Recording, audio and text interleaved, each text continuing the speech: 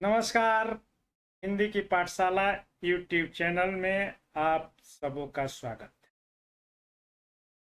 कल से हम लोग यूजीसी नेट जेआरएफ की परीक्षा में हिंदी विषय में जो 10 इकाइयां हैं उसमें से पिछले सप्ताह हम लोग इकाई 2 हिंदी साहित्य का इतिहास से संबंधित प्रश्नों का अभ्यास कर रहे थे और कल से हम लोग हिंदी भाषा और उसका विकास जो यूजीसी नेट परीक्षा की पहली इकाई है कि उसके प्रश्नों का हम लोग अभ्यास कर रहे हैं।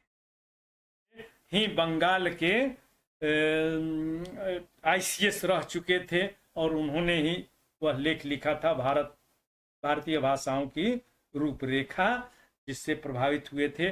डॉक्टर कष्ट ने तो प्रस्ताव रखा था वियना कांग्रेस में, और डॉक्टर कोनो ने ही इनको सहायता प्रदान की थी डबलिन में, जो इनके शिष्य थे और इनके प्रशंसक थे। बाद में वहीं पर कॉलेज में प्रोफेसर भी बन गए। और बाबूराम सक्सेना तो भारतीय हैं और बहुत बाद के हैं, तो सही इसका विकल्प है डॉक्टर कोनो। अगला प्रश्न है 1867 में प्रकाशित भारतीय भाषाओं की रूपरेखा के लेखक हैं। अभी अभी जो है बात हुई कि भारतीय भाषाओं की रूपरेखा के लेखक कौन है? डॉक्टर बिम्स हैं। और कोनो के बारे में जान गए कि ये सहायता किए थे लिखने में। डॉक्टर कष्ट प्रस्तावक हैं और हर्नले ने इस निबंध से प्रेरणा लेकर के यह निबंध बंगाल कलकत्ता के रॉयल एशियाटिक सोसाइटी की पत्रिका में प्रकाशित हुआ था और हर्नले भी इससे प्रभावित हुए थे और उन्होंने भारतीय भाषाओं का तुलनात्मक अध्ययन प्रस्तुत किया था। तो इसका सही उत्तर होगा डॉक्टर बिम्स, यानी कि ग। अगला प्रश्न, आर्य भाषा परिवार एवं दक्षिण भारतीय भाषा परिवार के अतिरिक्त एक अन्य भाषा परिवार मुंडा भाषा परिवार की संकल्पना किसके द्वारा दी गई? चूंकि पहले जो ये मुंडा भाषा परिवार जो है यह आदिवासी या जनजातीय समाज के बीच में प्रचलित भाषा का एक परिवार है, जिसमें मुंडारी, कुरुख, नगपुरिया ये सब जो है भाषाएं हैं, जो ये आष्ट्रिक परिवार की भाषाएं हैं। तो इसको पहले द्रविड़ भाषा, भारत में दो ही भाषा परिवार को माना जा रहा था, एक जो है आर्य भाषा परिवार और दूसरे परिवार का नाम द्रविड़ परिवार रखा गया था। यद्यपि मंगोलियन और आस्ट्रिक परिवार की भी भाषाएं यहाँ पर बोली जाती हैं और आज भी उस पर हम लोग आगे प्रश्न भी आएगा, विचार भी करेंगे। तो इसमें किसने द्रविड़ से अलग, यानी कि द्रविड़ यानी कि दक्षिण भारतीय लोगों की भाषा से मुंडा परिवार अलग है, इसकी संकल्पना मैक्स मूलर ने दी थी।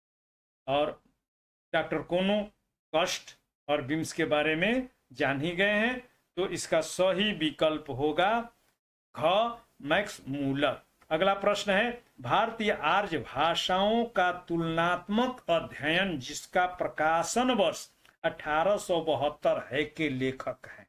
तो डॉक्टर कोनो,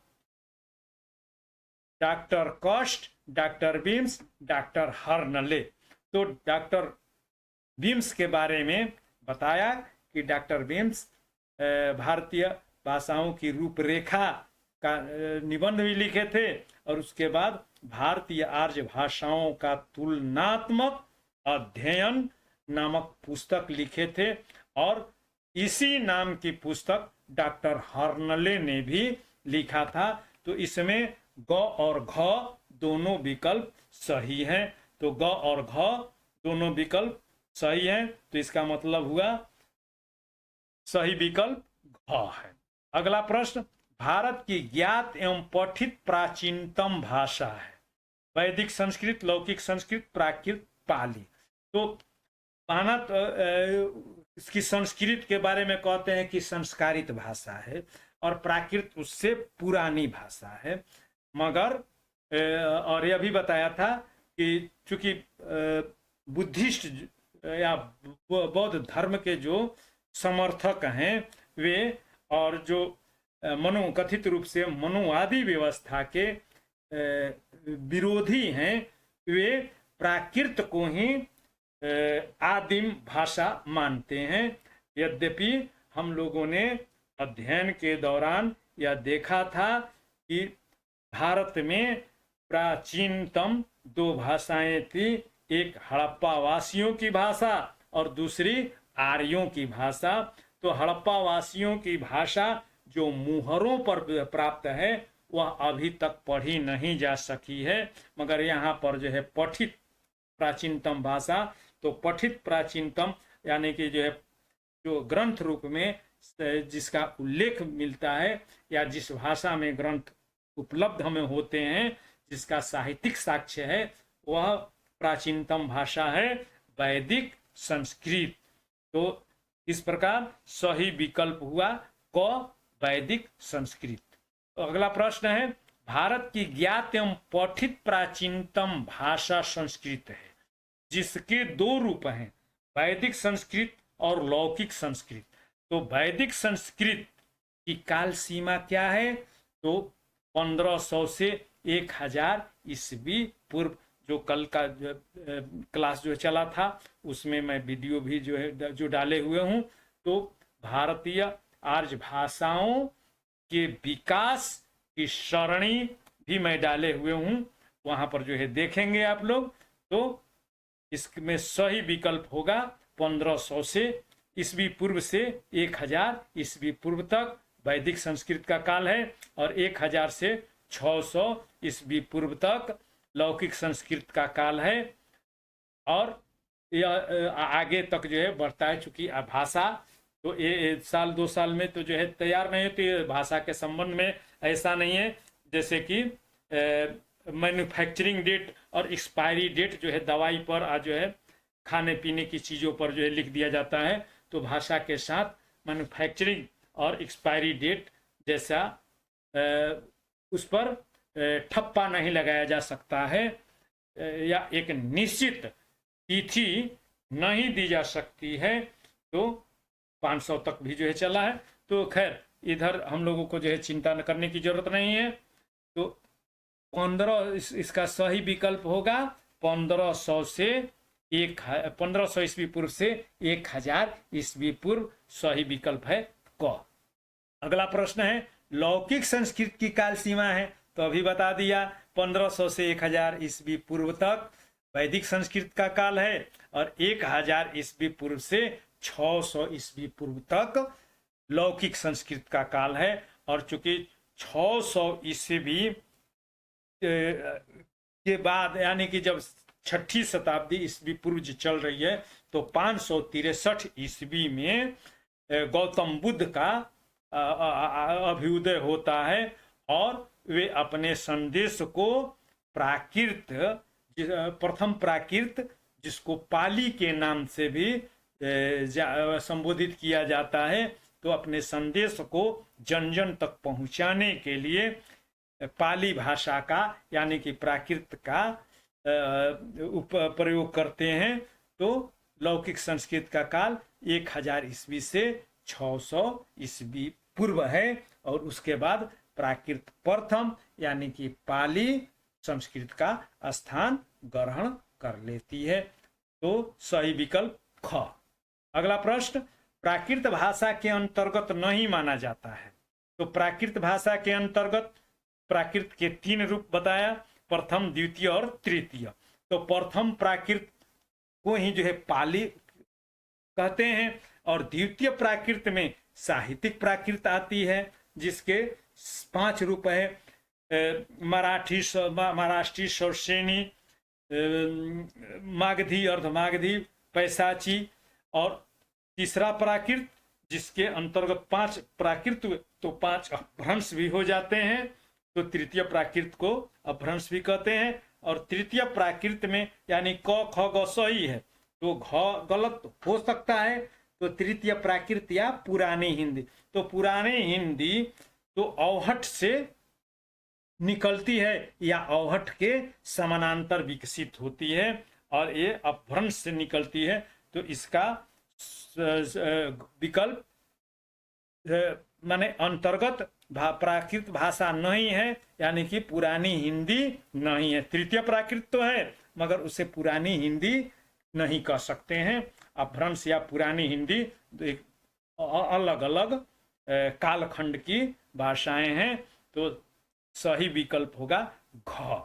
अगला प्रश्न है, अपभ्रंश भाषा की काल सीमा है। तो तृतीय अपभ्रंश भाषा यानी कि तृतीय प्राकृत, और तृतीय प्राकृत का समय है 500 ईस्वी से 1000 ईस्वी के बीच, और 1000 ईस्वी में ही उसके 200 वर्ष जो है पहले से लेकर के 200 वर्ष के बाद तक की अवधि में चंद्रधर शर्मा गुलेरी पुरानी हिंदी की बात करते हैं।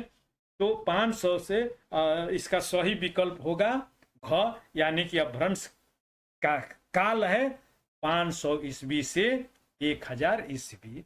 अगला प्रश्न है, अपभ्रंश के कितने रूप भेद हैं? तो बताया चुका हूं कि जितने क्रियर्सन ने कहा कि जितने प्राकृत हैं साहित्यिक प्राकृत, उतने ही अपभ्रंश होंगे। तो अपभ्रंश के कितने रूप हो गए? चूंकि प्राकृत के 5, तो अपभ्रंश के भी 5, तो सही विकल्प ह। अगला प्रश्न, सर्वाधिक भाषा विज्ञानियों के अनुसार प्राकृत के 5 रूप भेद हैं, वो कौन कौन है? तो महाराष्ट्री, मागधी, शौरसेनी, पहाड़ी, गौड़ी। गौड़ी यानी कि जो है गौड़ीय क्षेत्र, यानी कि जो है बंगाल, तो ये उसमें नहीं है। अब उसके बाद दूसरा विकल्प में है महाराष्ट्री, मागधी, शौरसेनी, पहाड़ी और बड़ाचर। पहाड़ी तो हिंदी उपवर्ग की एक हिंदी के 5 जो भाषा परिवार हैं, 5 परिवार हैं, उसमें से एक है पहाड़ी हिंदी, तो यह भी गलत हो गया। उसके बाद जो है महाराष्ट्री, मागधी, शौरसेनी, पैसाची और गौड़ी, तो यहाँ भी वही जो है गौड़ी के चलते गौड़ी बंगाल के और उसके पूर्वी भारत में बोली जाने वाली भाषाएं, उसी से गौड़ीय संप्रदाय भी बना है, जिसके सर्वाधिक लोकप्रिय और पूजनीय संत हुए चैतन्य स्वामी। तो सही विकल्प इसका है महाराष्ट्री, मागधी, अर्धमागधी, शौरसेनी और पैसाची। यह ही प्राकृत के भी 5 रूप हैं। अगर इसके साथ जो है प्राकृत लगा दें, तो द्वितीय प्राकृत के अंतर्गत महाराष्ट्री प्राकृत, मागधी प्राकृत, अर्धमागधी प्राकृत, शौरसेनी प्राकृत, पैसाची प्राकृत, और अब इसी के साथ महाराष्ट्री प्राकृत से महाराष्ट्रीय अपभ्रंश निकली, मागधी अपभ्रंश प्राकृत से मागधी अपभ्रंश, अर्धमागधी से अर्धमागधी अपभ्रंश, शौरसेनी प्राकृत से शौरसेनी अपभ्रंश। तो इस तरीके से सही उत्तर है। अब अगला प्रश्न है, हाँ, अपभ्रंश शब्द का प्रथम प्रयोग कहाँ मिलता है?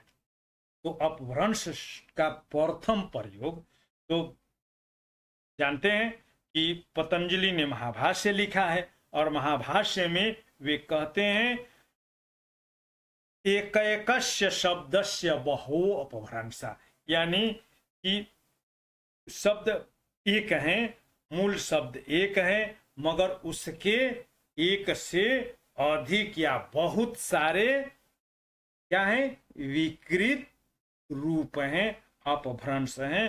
तो शब्द वहां पर पहली बार अपभ्रंश शब्द आता है। वैसे स्पष्ट प्रमाण नहीं है कि ब्याडी में भी अपभ्रंश शब्द आया है, मगर प्रामाणिक रूप से पतंजलि के महाभाष्य में अपभ्रंश की परिभाषा भी एक तरह से दे दी गई है।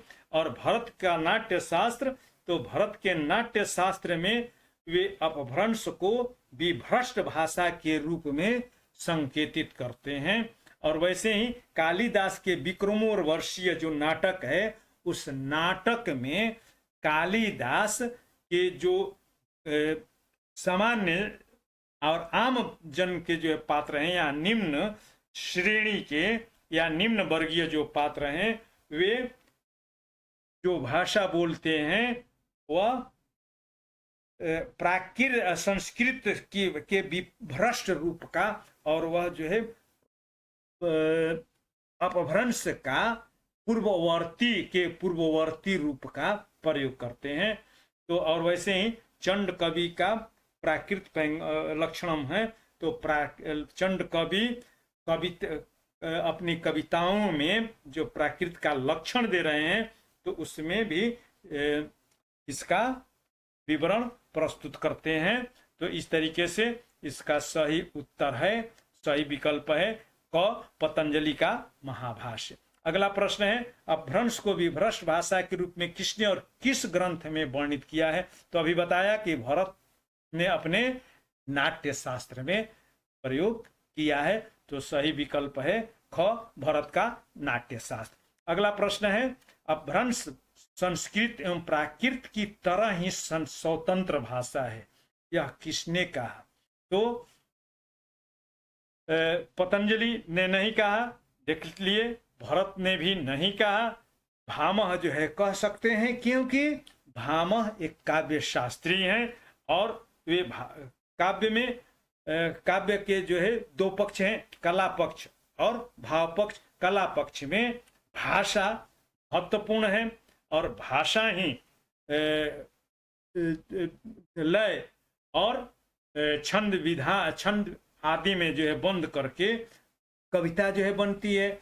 तो इसमें और कविता की भाषा के संदर्भ को लेकर के काव्यालंकार में उन्होंने अपभ्रंश को प्राचीन भाषाओं से यानी कि प्राकृत, संस्कृत से अलग स्वतंत्र भाषा के रूप में मान्यता प्रदान की। तो सही विकल्प होगा ग, भामह का काव्यालंकार में।